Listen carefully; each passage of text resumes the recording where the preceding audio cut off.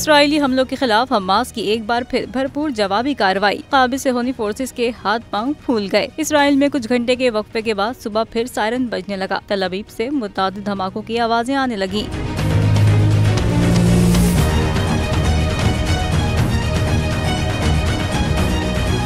Hamas की जानिब से कहा गया है कि गजा में शहरियों पर इसराइली हमलों के जवाब में तल अवीव पर रॉकेट फायर किए गए। दूसरी जानिब फलस्तीनी वजारत सेहत के मुताबिक गजा पर इसराइली हमले छठे रोज भी जारी हैं और अब तक इसराइली हमलों में शहीद फलस्तीनियों की तादाद 1300 से जायद हो चुकी है। फलस्तीनी वजारत सेहत के मुताबिक गजा पर इसराइली हमलों में तकरीबन 5600 फलस्तीनी जख्मी हुए हैं।